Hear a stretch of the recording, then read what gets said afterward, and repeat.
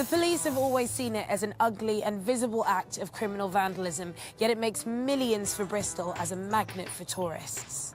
They're not stupid, the council. They see it as a huge source of revenue to come into the city, and it does bring revenue. There's no doubt in that in my mind. We take a very simple viewpoint. If someone complains and someone hasn't given permission for that tag or piece to be put on their building, then we treat it as criminal damage. Some people get big fines, some people go to jail. Wormwood Scrubs is an environment you probably wouldn't wish on your worst enemy. It's like a cauldron of hate. But while some artists are counting the days until they're released from prison, others are counting the money from the sale of their work. I decided to do a solo show in London. I sold, I think, 3 pieces. That was the first time I saw myself making kind of like real money out of graffiti. So what's the line between creativity and criminality? Surely you can't have it both ways.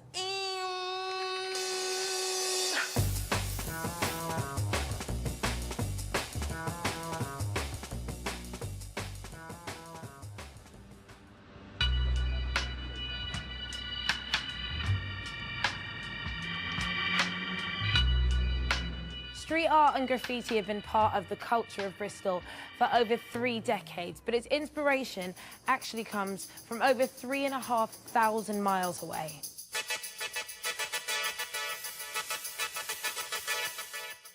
The modern graffiti scene started in Philadelphia.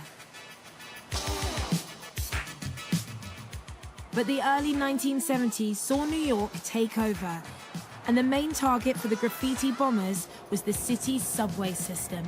New York, big city of dreams, and everything in New York ain't always what it seems. You might get fooled if you come from out of town, but I'm down by long. Trains move. I think the longest train ride is from Yonkers, New York, all the way down to like East New York. So we'll paint, knowing that people will see our stuff going through the city. John Matos was a subway art pioneer, using the pseudonym Crash. I grew up in the projects in the South Bronx, and I was one of these kids that was always drawing and painting. I just gravitated to it. We'd jump into train tracks and go to a spot that we thought was perfect, that we couldn't be seen from the street or from the subway stations, and we would paint. It was fun. You know, I mean, you know, it's like, you know, you get together, 3 or 4 of you, and you sneak into a train yard, and you know, you got the paint, and you do your thing, and then, you know, you're out, and you go, yes, we did it. The money spent on cleaning paint from the trains rose from $300,000 in 1970 to over $15 million in 1978, as the so-called graffiti commandos grew in number, and the Transit Authority fought back. Obviously, graffiti was illegal. They decided to put barbed wire on the train yards, and then they started bringing in dogs to patrol the yards so that if anyone gets in, you know, the dog will bite them. But, you know, there were so many other ways of doing it, you know, it didn't matter to us.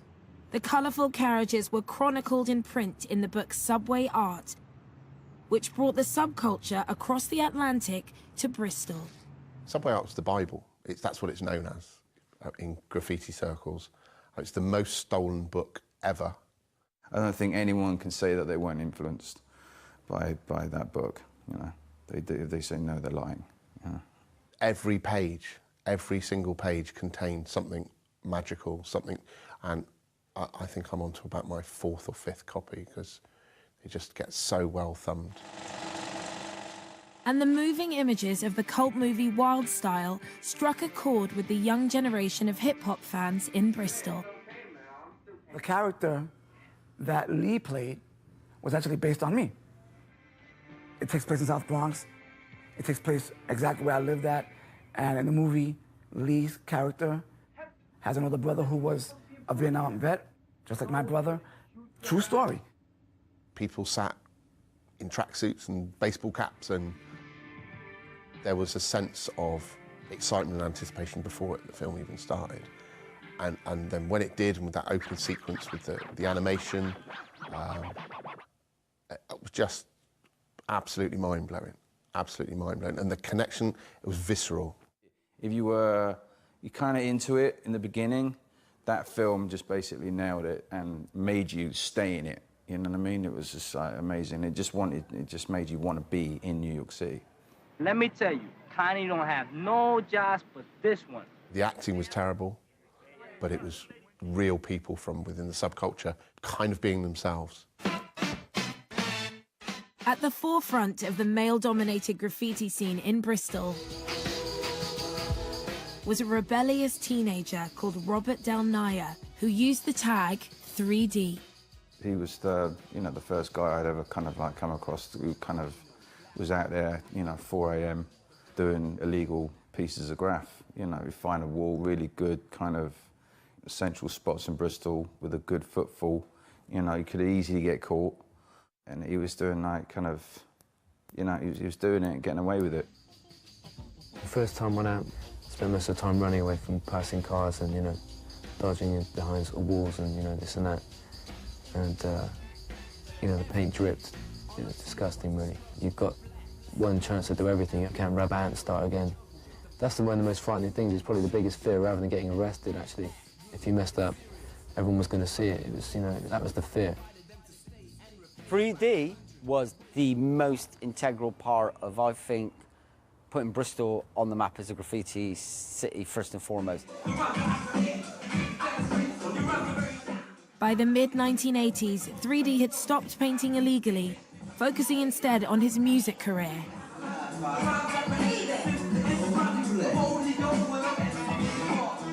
Which led to the formation of Massive Attack.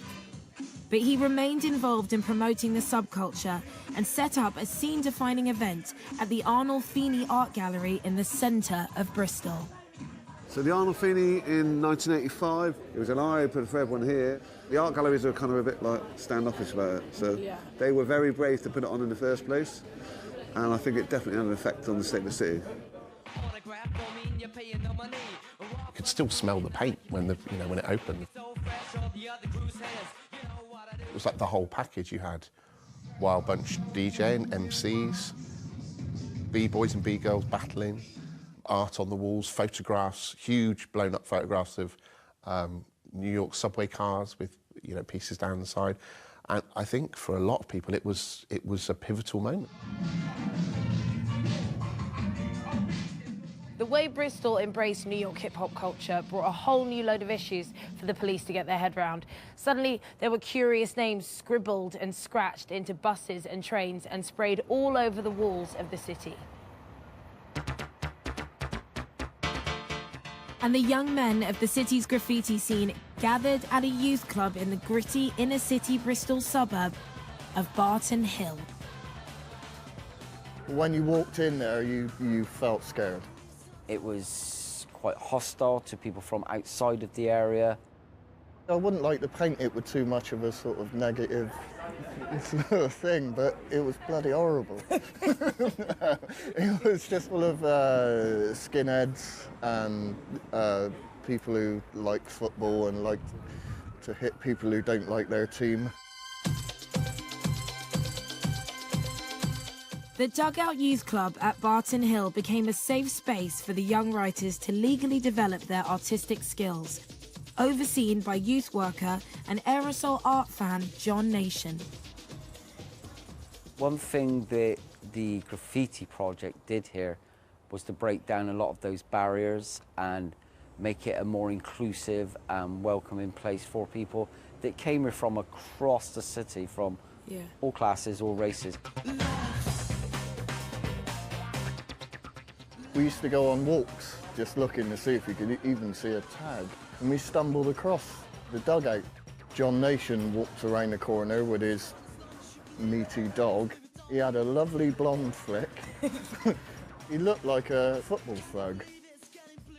In fact, John Nation was a reformed football hooligan who had been forced to reevaluate his life during a spell behind bars in 1979. John kept a scrapbook of all the photographs, so instead of now where you can go online and search something, you go to Barton Hill and look at other people's work. It was the lab, it was the experimental laboratory. It was where people found themselves as artists. You just look at the flats around this area and things like that, they look really sort of dull, but if it had something colourful like this on it, then it'd brighten it up a bit. It was somewhere where you could go and you could feel relaxed and actually do something of a bit special, you know? You sort of, you could take your time, you weren't having to run and get your ass bit by a police dog. But as the club grew and graffiti exploded onto the streets of Bristol, John and his young devotees were being closely watched by the British Transport Police. We were getting lots of reports over the months of graffiti on buildings, on trains, particularly on the outside of trains, on signals, on the whole of the railway infrastructure, and it was becoming increasingly prevalent. It was initially not the top of our priority list, but as it was getting worse and worse and worse, we decided to collate all our information and have a one-off operation to try and solve it once and for all. But it was a stroke of luck that opened the door for the police to launch their final assault. Basically, they caught a guy and he had a diary with everyone's phone numbers and addresses. One addresses really had everyone's tag and a phone number next to it, but back then there was no mobile phones, so it was your home number. So it was very easy for them to track down the addresses. Right, okay. And I think that was after 6 months detective work. And so, armed with the addresses of these young vandals, on the morning of March 20th, 1989, the British Transport Police carried out Operation Anderson. Simultaneous raids on the homes of graffiti writers in Bath, Exeter, Cardiff, but mostly from the Barton Hill dugout in Bristol. They did dawn raids on, I think it was 72 graffiti, young teenage kids' houses and seized, you know, back then people were naive. They had paint and sketchbooks with their names tagged in. They got people banged to rights. It was a bit of a shock because we were so young and we were treated kind of like sort of adults that had done something really bad. Then it was on the front page of the local papers, and my dad's in work. Someone brought it in and showed it to him, so it was a little bit embarrassing for me and the family. They've all had successful operations there. I was away. I went to Australia for a year. The police come around in these vans, all parked up outside the house and stuff like that. They all came in and they went through everything. They confiscated pens, photos, you know, you name it. They took it all off in, like, you know, plastic bags and stuff like that. So when I got back, I had to kind of basically face the music kind of thing. But the police didn't know I was back. I was up in London. We were tagging up on Trafalgar Square. Not the brightest thing to do. This copper seen us, PC Fat Nigel, that's what we called him, and he chased us for, oh my God, it was like for ages. We lost him, but he flagged, he called in for backup. We got put in separate cars and taken to Bow Street Magistrates. And then the British Transport Police drove up to London, picked me up, because there was a warrant out for my arrest, and drove me down to Bristol. Just slight waste of, you know, taxpayers' money, completely. As well as the graffiti writers, the police targeted one person in particular, the man they considered to be the Pied Piper of the whole movement. They needed someone to demonise. They needed to have somebody's head on a stick. They needed their Fagin, and John Nation was their Fagin. You know, if you're in a position of responsibility running a youth club or have some leadership responsibilities, then I would expect them to set an example. So he stood apart from the others because he was running a place that young people could come to learn skills, life skills, not to learn criminal acts. My home was searched, the youth club here was raided, all of my personal artefacts, my work records, my photographs.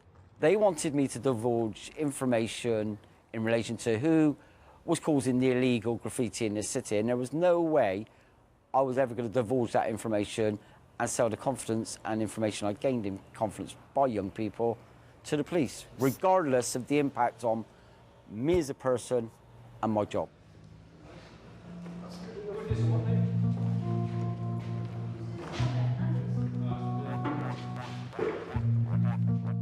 All charges against John were dropped, but many of the graffiti writers were banned from carrying pens and spray cans after Operation Anderson. punishments that hit them harder than the small fines they received. I can only explain it as having the wind knocked out of you. Because you were at the top of your game, you were having the best time of your life, you know. And you had all your friends around you and it was good times. What happened is just went into a complete lull from something that was, we were doing all the buses, everything was being done all the time, the bus stops, everything, the walls, we'd go to different areas at night doing it. It just kind of, once it stopped overnight, but it just definitely died off. I do believe that the people that were involved in it have had a sort of rather short, sharp shock in being caught and taken to court. Well, we wanted to give them a short, sharp shock, and by stopping them in their tracks, which I think we did. And yes, it was, whether it was one person, 5 or 75, it was saying, look, you're breaking the law. You know, you are not allowed to do this. And of course we were all on probation for years, so the minute you were caught with a pen or a can or whatever, you would have been just dragged through the courts again. Even though they'd been arrested and charged with criminal damage, Inky and Chio were invited onto one of British TV's biggest shows to demonstrate their skills. What are you in the middle of writing there? I'm just putting my tag on it. He's signing it. Oh, fine, good. All this stuff, this is just abstract. No, it it's not. It says this. So it does. So it does. Brilliant. If you get too close, you can't see it. You lose it all completely, don't you? All right. All I can remember about it is ordering too much room service because we were allowed. And yeah, that's about it, really. Did you come into the project because you were doing a lot of graffiti where you shouldn't have been doing it? Yes. Did you get caught? Yes. Oh, dear. I completely stopped for a good 10, 15 years, maybe. I think I worked in a chocolate factory, and then I made plastic windows for about 20 years. Oh. Operation Anderson had beaten the artists down, but it hadn't killed the scene completely. And although the first wave of writers had largely moved on, it wasn't long before the next lot emerged.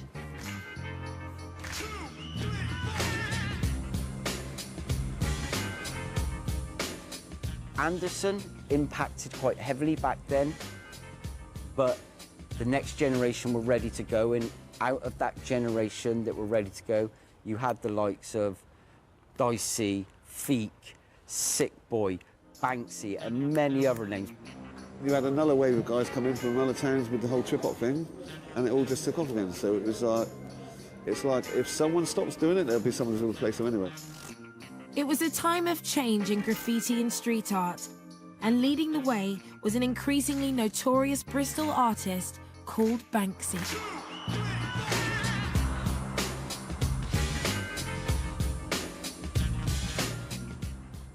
So is there still a Banksy here? There is indeed. There is one just here in the corner, which is a very faded and flaking one from around 94. You can just make out his trademark Banksy signature tag. So the B here, the A, the N, the K, the S, the Y, Banksy. This holds quite a strong significance to the reputation and history of the centre, that this is where he, as a young person, came. But Banksy was by no means one of the first artists to come here. He would come here to look at the artists, the generation before him. That's true. As a young person, he came here on weekends, and he described it as his religious pilgrimage, where he would come, watch the generation above him of graffiti artists who were painting here at that time. People like Inky, Nick Walker, Chio, and that's what got him into graffiti culture. Banksy called this the most inspiring stretch of concrete in his formative years as a young artist. He's been hugely important, and he's opened so many doors for people. He saw something in it that a lot of other people didn't at the time. As well as being a talented artist, he was the first guy who kind of marketed, PR'd and documented his work and strategically targeted where he was putting it. We would just do illegal stuff wherever we could. He would write, okay, there's the Tate Awards on, let's do the front steps, or like, you know, let's do Piccadilly Circus. He would specifically target locations. I think artists who, for me, I find more interesting in terms of their visual output, have had huge success in his wake. And you know, I think we should all be grateful for that. In the summer of 2009, Bristol's relationship with graffiti and street art hit new heights. First up was the Crimes of Passion exhibition at the Royal West of England Academy, and then came Banksy's takeover of the City Museum. The man who's more used to council money being spent on scraping office pictures than hanging them has transformed the City of Bristol Museum. Banksy vs. Bristol Museum was one of the world's most visited exhibitions of 2009, generating over £14 million for the local economy. If you go to Visit England, the tourist boards, and then you go to Bristol, you will see street art on the front page for Bristol. Clearly it wasn't just Banksy who was responsible for this, but he had a huge amount to do with it. But whilst the works of the city's favourite vandal were being praised and protected in the corridors of local power, there were those without his money-making clout who were being targeted by people from the very same building. And the City Council even canvassed the opinion of Bristolians on whether one of Banksy's works should be removed. The people of Bristol said, no, we want to keep it. Yay, Banksy, you know? It's, and then a kiddie gets, you know, jailed later on, and it's like kind of, there shouldn't be one rule for one artist and another for, you know, a lesser known artist, as it were. It's just hypocritical.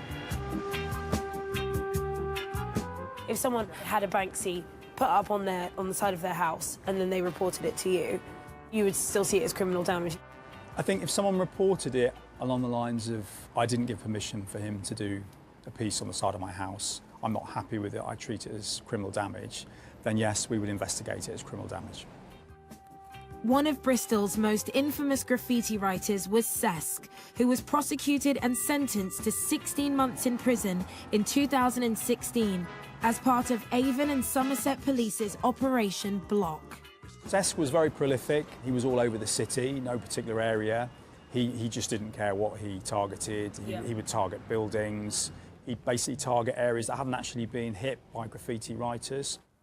He would literally tag on the inside of lifts when there was CCTV actually recording, so he was completely out of control.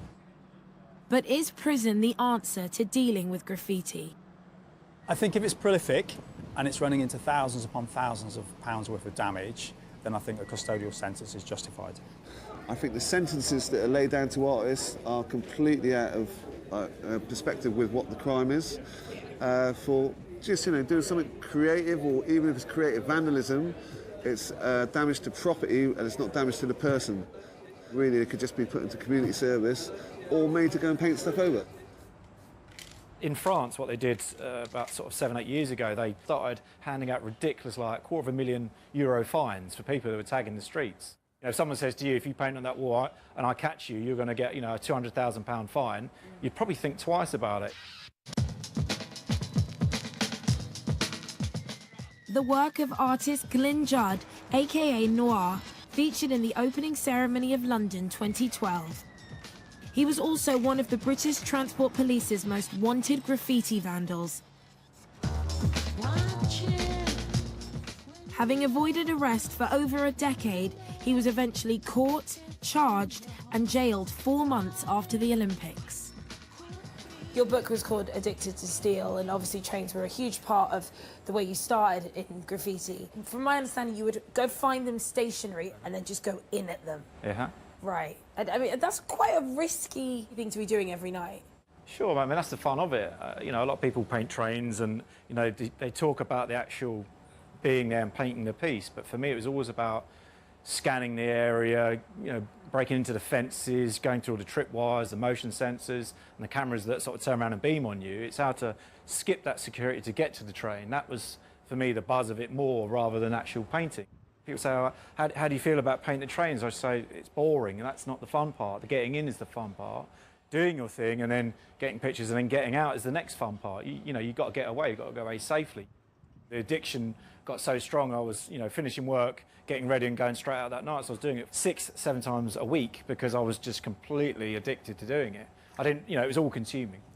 Do you accept that what you were doing, though, was against the law and that for that you do need to be punished? Yeah, I think at the end of the day, what I was doing, I was enjoying myself. I knew what was right, what was wrong. And, you have to pay the consequences for it, And when I was arrested, I knew what the outcome was always going to be. I was never going to get away with it. So what kind of people were you actually in prison with? I was surrounded by murderers, rapists. Some guy was in there for eating his family. He was a cannibal. And a nice guy, but shouldn't have been in general population. But we used to play chess together. But, these are the things that, you look at and you think, should I really be here? Should I be sort of surrounded by these people that are here for more serious crime? And, they should be here, and perhaps I shouldn't have been.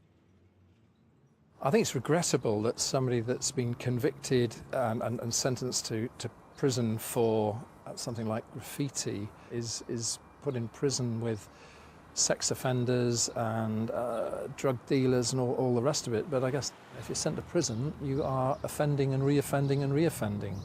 So the individual has to take a certain amount of responsibility for that. Street art is still massive in Bristol. The city hosts Europe's biggest annual street art festival, Upfest. And local artists are trying to work with the lawmakers to establish safe areas in which they can paint. There's always going to be vandals and people who are chasing that thrill. You'll never get rid of that. I don't think it's just the way it's got to be managed. I think with the council shutting stuff down at the moment and trying to block everything with the police, it's just going to have a negative impact, and it's going to cause people to be more angry and if you hit a wasp, it'll come back and sting you. You need to be able to offer people legal wall space to lessen the criminal activity. There's an open discussion with the mayor and the police and some of the artists at the moment trying to work out how to manage it in the city. Today, Bristol is home to hundreds of creative businesses, and many of the Barton Hill boys targeted by the police in the 80s now earn a living from their artistic talents. 80 to 90% of them have got jobs in creativity, working at Arbans, doing animation, doing graphic design, doing tattooing. It's crazy to think from a little vandal, and now it's my job, it is quite, it's mind-blowing. The people who buy my stuff, I can't thank them enough because it's keeping me doing what I love. And it's not just the artists. The man the police portrayed as the Pied Piper of the early graffiti movement now leads thousands of tourists through the city's paint-daubed streets. The irony is not lost that I was embraced by Bristol tourism and my face was used as a tourism advertisement. Tread the streets of Bristol with the godfather of Bristol graffiti, and the irony is that I was vilified back then, and now I'm celebrated and embraced. Bristol is a vibrant and multicultural city, and street art is a huge part of this. It hits you when you arrive here, whether you're coming by car or on the train. And obviously, over the years, the scene has had to adapt, but it will only survive through collaboration. Everyone in Bristol has to work together to keep it colourful, clean, and creative.